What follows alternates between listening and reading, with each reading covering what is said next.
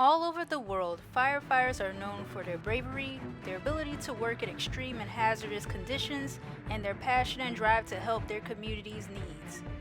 So, in order to understand how and why firefighters are able to do their job, accomplish tasks, and work together as a team, I know I had to visit their safe space, aka the fire station, to learn some more.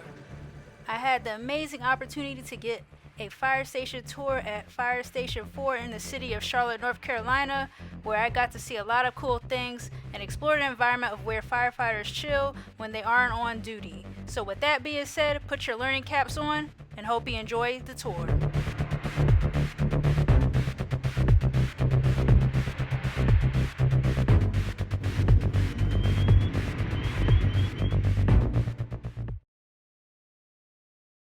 Welcome to Station 4, Charlotte Station 4. Awesome.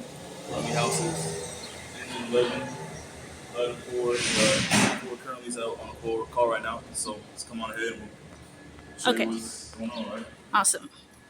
So, obviously, this is the base where all the apparatus are kept. This is a little workshop right here. Hello. So, our first apparatus to check out is the ladder 4. This is the driver's seat, obviously. Oh, nice. This is just where the truck is controlled. This is where the lights and everything, the apparatus is on. Control that. If you want to come around with us. Yeah.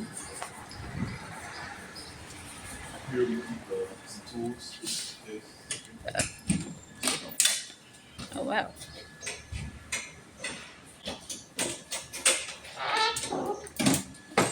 Oh, wow. We just have a full line just for a bumper line, sorry, for fires, and then hydraulic tools for extrication Okay. and vehicle wrecks and whatnot. Okay.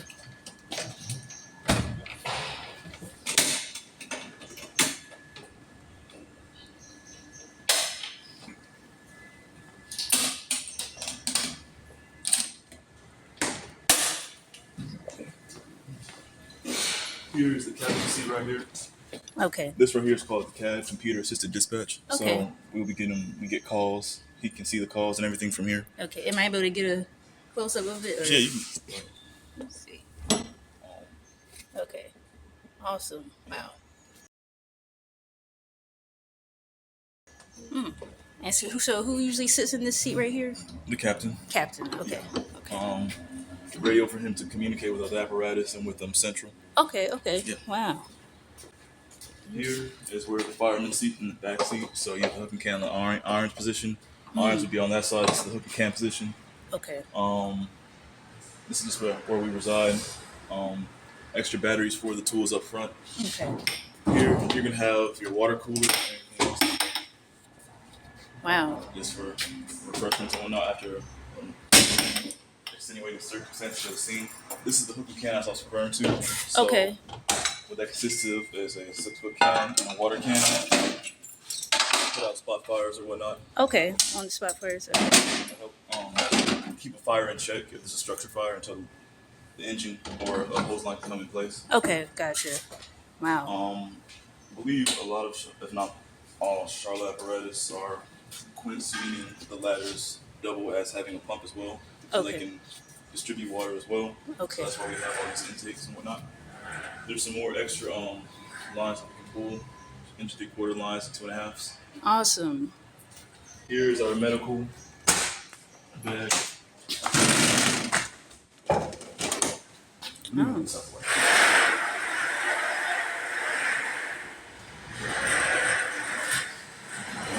So we have our medical bags here for all sorts of things, traumas, difficulty breathing. Right. One of these bags has all our medicines and interventions. The other one has like airway stuff for like pediatrics and adults. Okay. Here we have cribbing.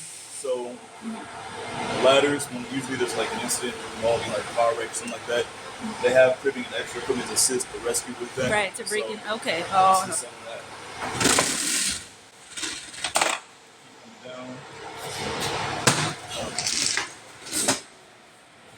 Wow. Tools we have. So, like I said, the ladder assists the rescue and specializes in certain skills as well. Okay. One of those skills being like rope rescues and whatnot. So, therefore, we have rope. That's awesome. Rescue 42s to help assist stabilizing unstable vehicles, other things like that. Wow.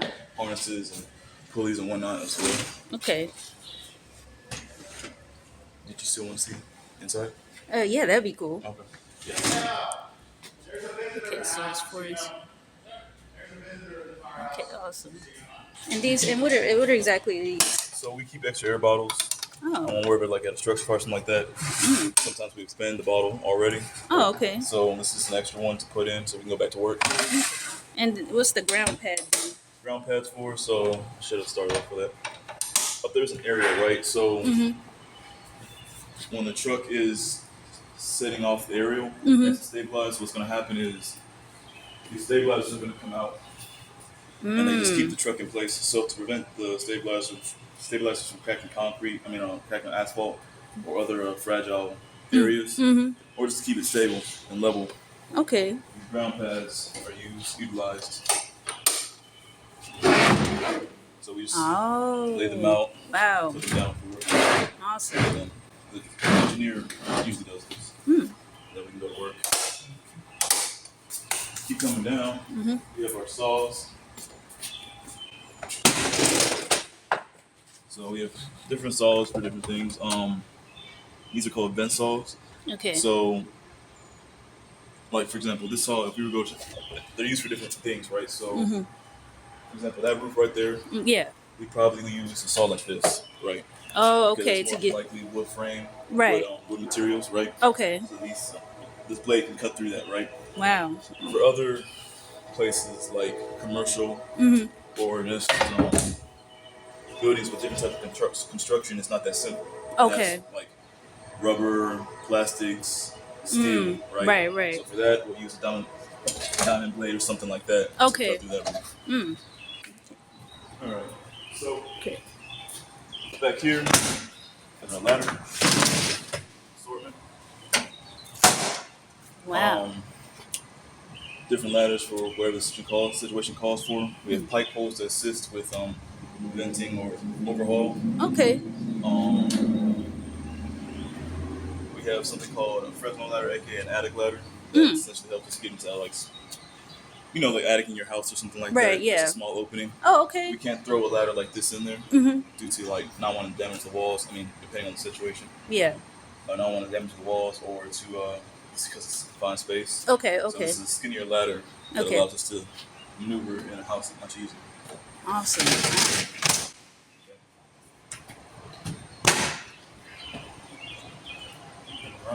So you can see up here, this is where the driver will operate the ladder from. For safety purposes, I don't think I'm allowed to take you up there yet. Yeah. But essentially, all he has is the controls up there to move the ladder. Okay. Which way and forth, and he's also able to move out the struts. Okay. So keep on here.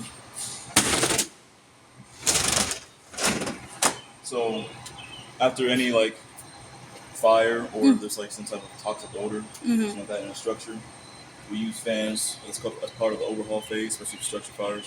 Or if there's any type of unwanted gas or odor, we use these fans to push the smoke out. Okay. This is just an electric saw. Gives us another option. The other ones I showed you over there are gasoline powered. So this gives us another option. Okay. It's another assortment of tools. You got a toolbox to use as well, right? Yeah.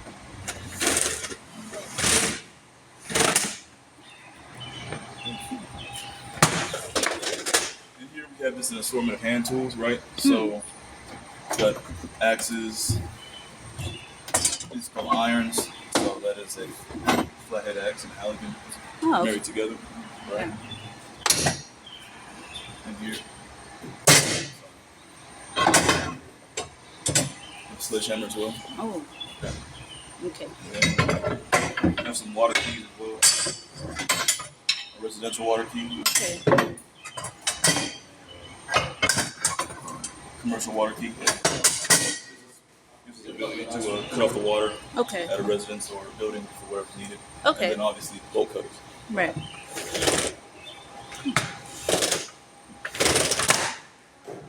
Okay.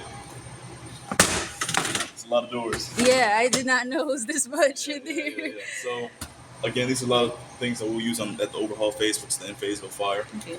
So tarps to cover over valuables or to move water if we need to. Lighting to help us see, because especially it's dark, especially with the smoke damage, it can darken a room pretty well. Okay, and I see you guys got Prime as well. Oh Prime, yeah, Prime hydration. yeah. Shout out Prime. Yeah, shout out Prime. Just have a kiddie pool for hazmat incidences, so if we need to collect certain liquid, and then Awesome.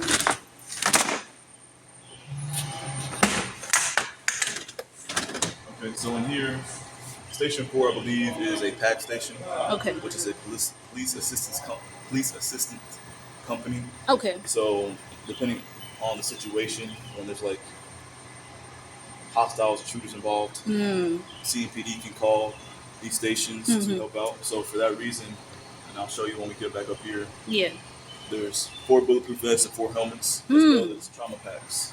Wow, I didn't know that. Yeah, to assist wow. with multi-casualty events, right? So we have that. Then we have our RIP pack, Rapid Intervention Pack. Okay. This is how we save firefighters. So okay. in the event a firefighter goes down, we have connections to put onto him. Once we determine what the problem is, to get him connected to air and to get him out. So this is what we use to help them out.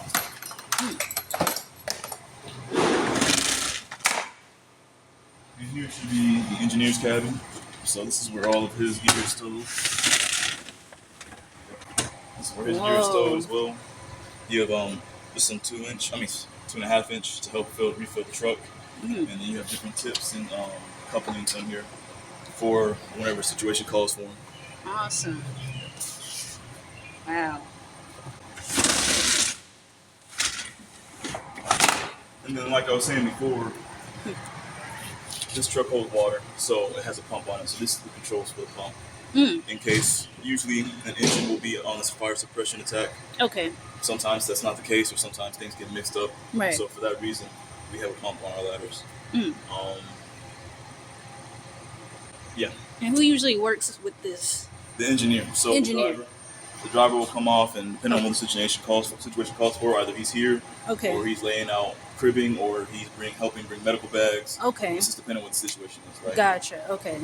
So then here we just have an extra water can and extinguishers with an extra lighter in the back, right? Awesome. Yes. So now we'll move on to the engine. It's miraculous the engine came back. We have a small gym out here. It's another one upstairs. There you go. I'll show you upstairs. Okay. Similar in the sense of the setup. This is the captain seat again. Okay. He has his cat up there, his computer. Back to the firemen. Sit back here. This is where they stow their gear. And wow. Okay. where they sit. Like I showed over there, right? So then here is probably going to be their medical supplies as well. Oh, actually, no. Excuse me. So these are high-rise packs. Okay. So for buildings, especially like these, fire attack looks a little bit different. We don't necessarily pull straight off the truck. Okay. Sometimes we have to test with standpipe.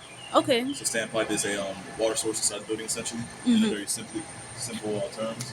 Okay. So we'll take these bundles up to right below the fire floor. Okay. And we'll deploy this hose in the hallway, and that's where we'll start our fire attack from. Wow. Okay. So pretty hefty. And they can get pretty heavy, especially when you're going up a lot of flight of stairs. But you make it happen, right? Yeah.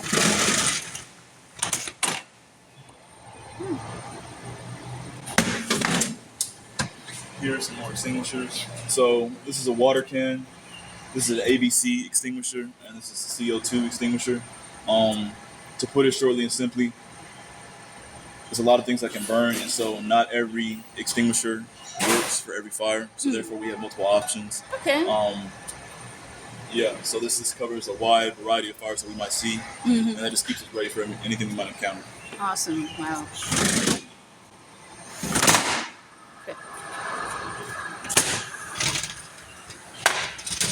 So like the ladder, right? They have their medical compartment, right? They have their medical bags, they have their airway bag, and then their medical interventions bag. They have their AED and their suction for CPRs, and then they have some trauma bags like we showed you over there, right? To assist with trauma situations. They have their RIP pack, and they have something called search rope, right? So when we're in a large building, it can be very easy to get lost, especially when Right. smoke starts to build up in that area. So to help us stay oriented, especially when we're doing search for victims or to find the fire, we will use this search rope, attach it to an established point outside of the building, and then usually the captain will deploy it as we're going deeper into the building, so we know where we are, and we Wow. have kind of drawing ourselves a map Right. as we go through the building. That's really good because I always wondered, like, how do you guys get out, get in, get out? Yeah, So, so keep it simple around here. All right, some more extra tools. You have squeegees. Again, the water keys here. More hooks, and haligans, and whatnot in here.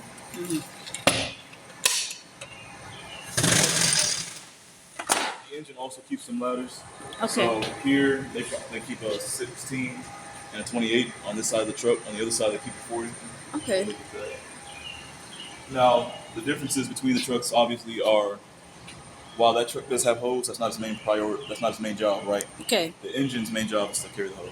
So for that reason, we have a different assortment of hoses here. Usually, how Charlotte trucks are set up, it's usually the longest lines. Okay. And these are probably the shorter lines. We have something called pre-connects and dead loaded. So pre-connect is connected to the truck, right? Gotcha. So as soon as an engineer opens up water, it's going to immediately lead to this line. Okay. Versus dead loaded gives us more options because not every fire is the same. Right. So for that reason, it's not connected to the truck. So if the engineer were to open up for this discharge, water will come shooting straight out because it's not connected to the truck. Gotcha. Okay. This is called large diameter hose or supply hose, right? So this is 5-inch. We use this is what brings water to the truck from the fire hydrant. Okay. So we have a lot of that. Like I said, not every fire is the same, so sometimes it needs different types of tools to help us put it out. So we have two different types of nozzles on here. We have a fog nozzle Okay. and a smooth bore nozzle, right? Right. They both do the job well, they just accomplish different things. Okay. They both accomplish the same thing, which is put out fire. However, they go about it in different ways. Right. Gotcha. So let's keep putting on here.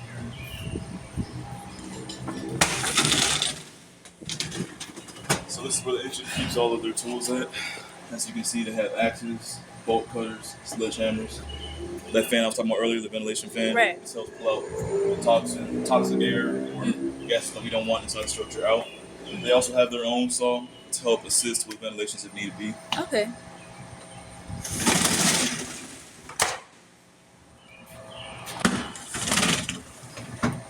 Here, this is a similar setup like they have over there. They have their tarps.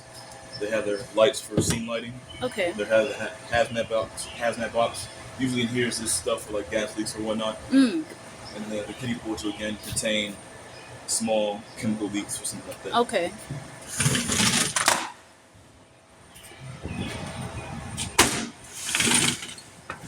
This is again the engineer's department. You can see more nozzles here to assist. Like I keep saying, not every fire is the same. So we just have different tools for different things, right? Wow. Yes. This is where the engineer keeps all his gear at.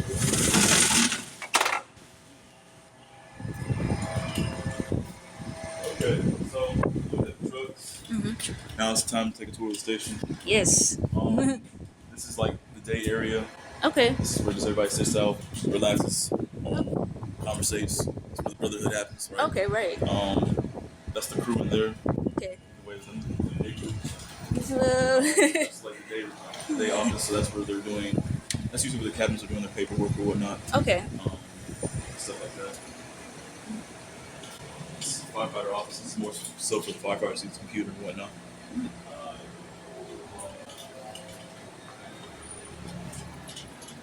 Come up here. Okay. This is the second floor of Station 4. Okay.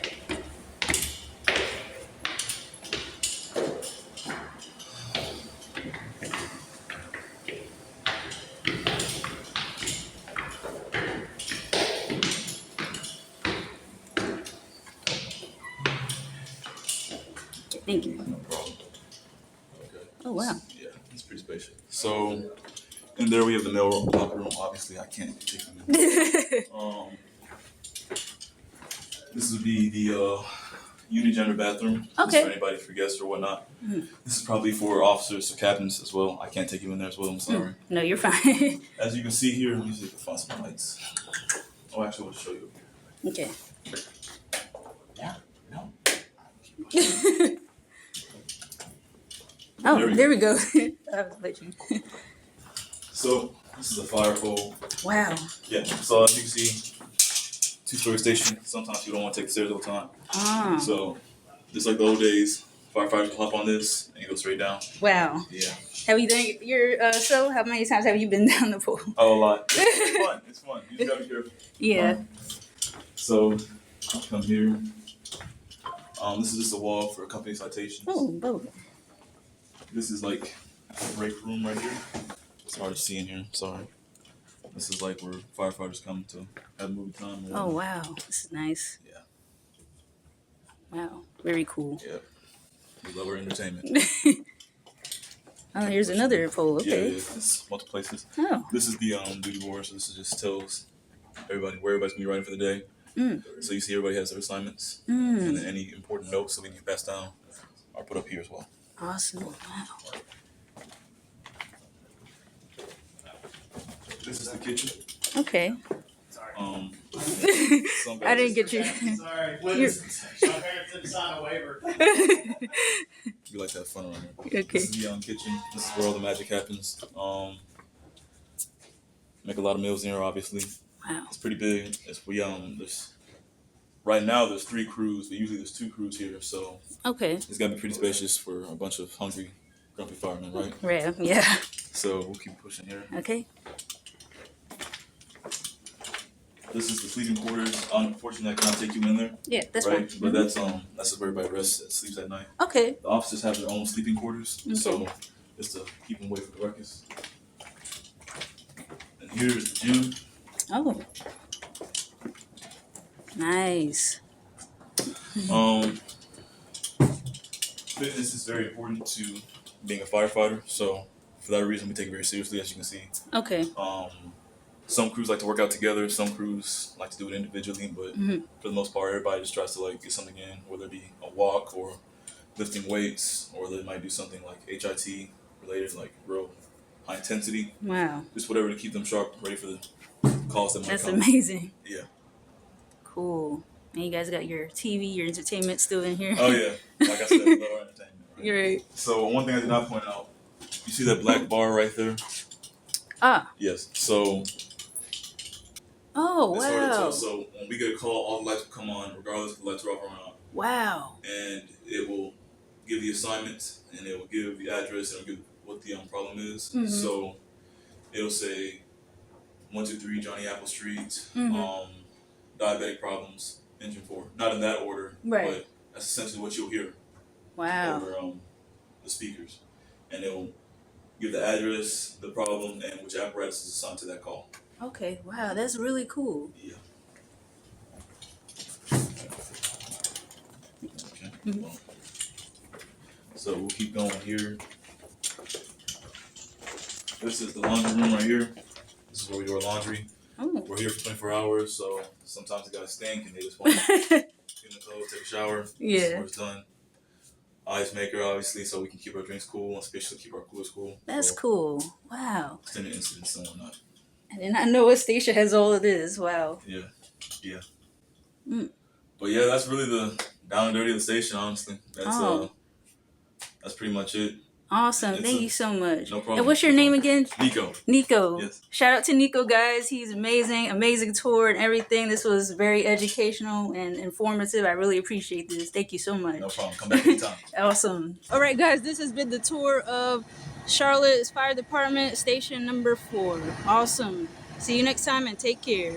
Thanks again to the Charlotte Fire Department, Station number 4, for this amazing opportunity. Also, thank you for your hard work you have done for the Charlotte community, and thank you to all the firefighters around the world who do such amazing work to help take care of their communities and help eliminate fires and hazardous issues. I will also like to send prayers and condolences to all the families and friends that have lost their loved ones and firefighters in the firefighter attack in Idaho.